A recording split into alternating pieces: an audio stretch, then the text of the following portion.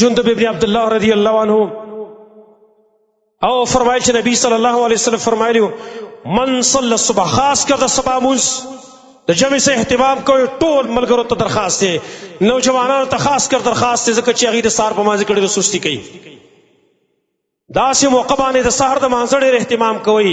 جندب ابن عبدالله رضی الله عنه فرمایي من صلی الصبح فهو فی ذمة الله، چا چې د سبا مونځ وکړو، سبا مونځ دا الله په خپل امان کې واغسته، الله په خپل حفاظت کې واغسته.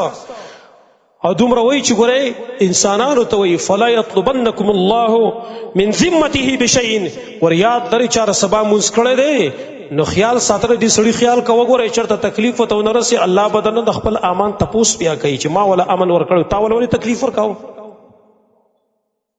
او دومره پورې دا فیدرکه فیکبه فی النار، دغه سړی چې د سهار مونځ یې کړی دی د جمع سره او چا ورته تکلیف ورساو، الله وایي ما په خپل امان کې اغوستلی دی، نو که تکلیف دې ورساو جهنم ته به دې الټه واړتم. چې انسان زما د مانځه په وجه چې زه سهار مونځ د جمع څه کوم او الله دغه انسان چې ما ته تکلیف را رسوي دا الټه جهنم ته وراړته، کرونا وایرس ما ته څه ویلی شي، مجال نشته چې ما ته ووایي. زه ټوله شپه فیسبوک ته پروت یم، زه ټوله شپه یوټیوب ته پروت یم، زه به د سهار مونځ څنګه وکړم؟ سهار مونځ ته به زه څنګه راپاڅم؟ زما وروڼه موږ په دې خبرو نه پوهېږو. او مخکې ما تاسو سره حسن